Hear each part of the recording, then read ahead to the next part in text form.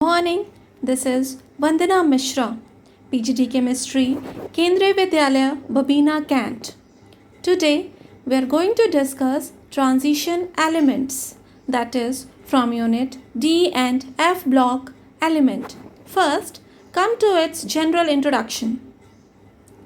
These elements belong to D block, which is lying between S and P blocks.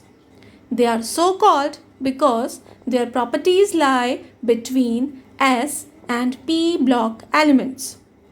Their general electronic configuration is N-1 D 1 to 10, N is 0 to 2.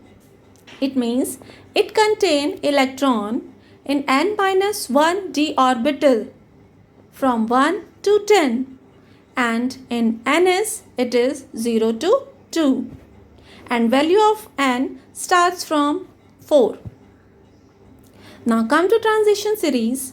It includes 4 transition series, that is 3D, 4D, 5D and 6D series.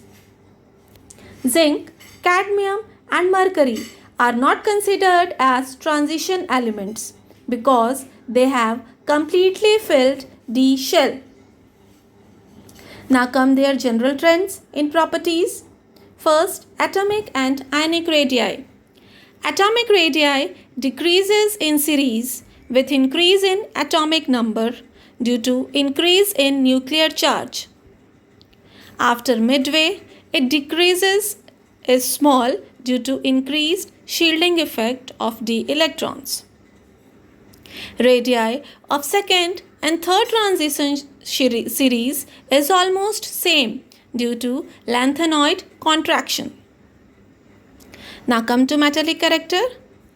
As you know, metals have low ionization enthalpy.